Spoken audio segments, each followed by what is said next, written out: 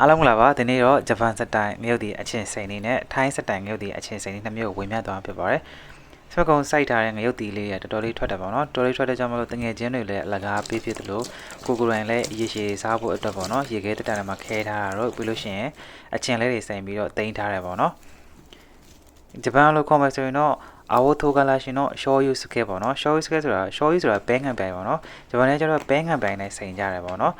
အဲ့လိုမျိုးစိန်ပြီးတော့တာရှည်ခံအောင်လို့ထားလေးရှိတယ်ပေါ့နော်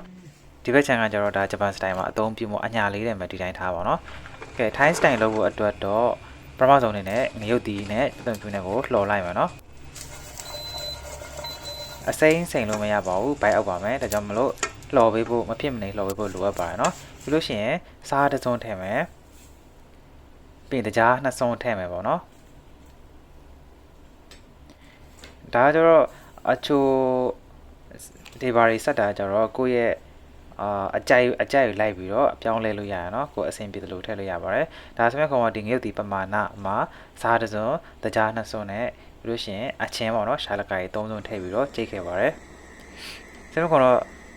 စားကိုတစ်စုံပဲထည့်ခဲ့ပါတယ်ဘာလို့လဲဆိုတော့နောက်ပြီးလို့ရှိရင်ပဲငန့်ပြားရည်ကနည်းနည်းငန့်တယ်သူ့ပဲငန့်ပြားပဲနည်းနည်းလေးထပ်ပြီးစားမှဖြစ်တဲ့ကြောင့်မလို့စားဝါကြတော့တစ်စုံပဲထည့်ခဲ့တာဖြစ်ပါတယ် short ပြီးထည့်ခဲ့တာဖြစ်ပါတယ်နော်ကြိတ်ပြီးရင်တော့တန့်ပိုးတက်ထားတဲ့ဘူးတက်တန့်ပေါ့နော်ဘူးတက်တန့်နဲ့ကိုထည့်မယ်ထည့်ပြီးလို့ရှိရင်ဒါပဲငံပြားရေးပေါ့နော်ပဲငံပြားရေးကိုနည်းနည်းထည့်ပါမယ်ဆိုတော့ဒီပဲငံပြားရေးထည့်ချင်လို့စားကို short ထည့်ခဲ့တာဖြစ်ပါတယ်တကယ်လို့ပဲငံပြားရေးမထည့်လဲရတယ်ပေါ့နော်မထည့်လို့ရှိရင်စားကိုတစ်စုံလောက်ပို့ပြီးတော့ထည့်ဖို့လိုအပ်ပါတယ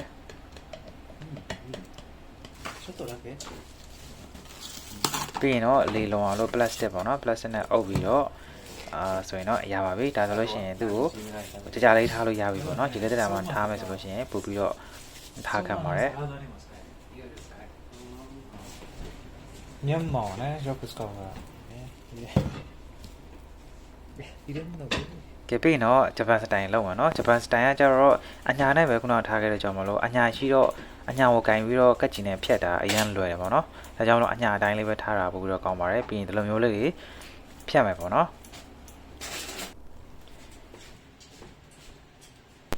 ကဲဂျပန်စတိုင်ငုတ်ဒီအချင်းစိန်တဲ့အခါမှာဆိုလို့ရှိရင်လိုအပ်တဲ့ပစ္စည်းတွေကျတော့ပဲငံပြားရည်ရယ်တကြားရယ်ရှာလကာရယ်ပေါ့နော်ဒီ၃မျိုးပဲလိုအပ်ပါတယ်ပုံမှန်အဖြစ်ဂျပန်လူမျိုးတွေကကြတော့စိန်တဲ့အခါမှာဇားတူပေါ့နော်တကြား100 gram ဆိုလို့ရှိရင်ရှာလကာရည်100 gram ပဲငံပြားရည်100 gram ထည့်လိုက်တဲ့ရှိပါမယ်ဒါပေမဲ့ဆက်မကွန်တော့ကိုအကြိုက်နဲ့ကိုပေါ့နော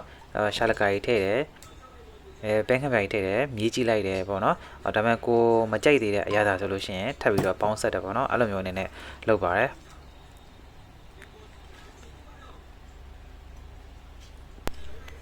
လုံနေကအရောင်လိုရနော်လိုအပ်တာကတကြားရယ်ပဲငံပြားရည်ရယ်ရှာလကာရည်ပေါ့နော်ဒီ၃မျိုးပဲလိုအပ်ပါတယ်နော်အဲ့ဒီလိုအပ်တဲ့၃မျိုးမှာကိုကြိုက်တဲ့အရာသာအနေဖြစ်အောင်လို့ရောဆက်ပေါ့နော်ဇာတ်တွေဘလောက်လို့တော့မတတ်မှတ်တော့ဘူးပေါ့နော်မတတ်မှတ်ပဲနဲ့ကိုအဆင်ပြေတဲ့ပမာဏတကြားထည့်လိုက်ရှာလကာရည်ထည့်လိုက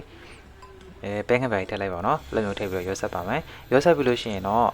ကြိုဖို့လိုအပ်ပါတယ်နော်ကြိုရမယ်ကြိုပြီးလို့ရှိရင်သူ့ဒီတိုင်းပူနေတဲ့အချိန်မှာလောင်းထည့်လို့မရအောင်နော်ဒီခုနကကြိုထားတဲ့အရေးကိုအေးခံရမှာเนาะအေးသွားမှတလည်းရင်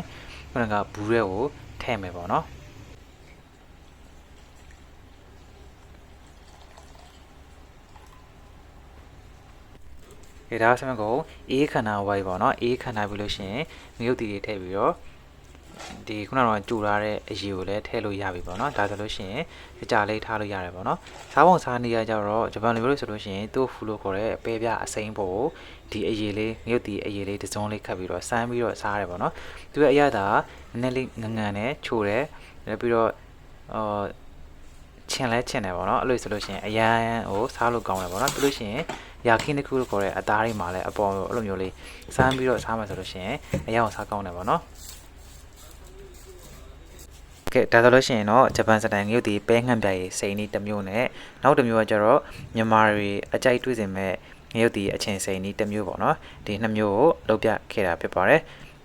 အရောင်းစားကောင်းတဲ့ကြောင့်မလို့ပေါ့နော်လိုက်ပြီးတော့လှုပ်စားကြည့်ဖို့တော့ပိတ်ခေါ်တာနော်အချိန်လေးသိမကုန်ဘူးလုံနီလဲလွယ်တယ်ပေါ့နော်ကဲဒါဟုတ်စမကောင်ဂျပန်လိုမျိုးပဲပြားအစိမ်းပေါ်မှာဆန်ပြီးတော့စားမယ်ပြီးလို့ရှိရင်အသားခင်ကြက်ဥခင်နဲ့တွဲစားပြီးတော့နောက်တစ်မျိုးကကျတော့မုတ်တီတုတ်တွေတုတ်စားတဲ့အခါမျိုးမှာစမကောင်အသုံးပြမှာဖြစ်ပါတယ် ကဲအားလုံးကျေးဇူးတင်ပါတယ်နော် subscribe ပြီးတော့အမြဲတမ်းချစ်ချူအားပေးကြမလို့အားလုံးအထူးကျေးဇူးတင်ပါတယ်နောက်ဗီဒီယိုမှာဆက်ပြီးဆောင်ကြမယ်နော် bye bye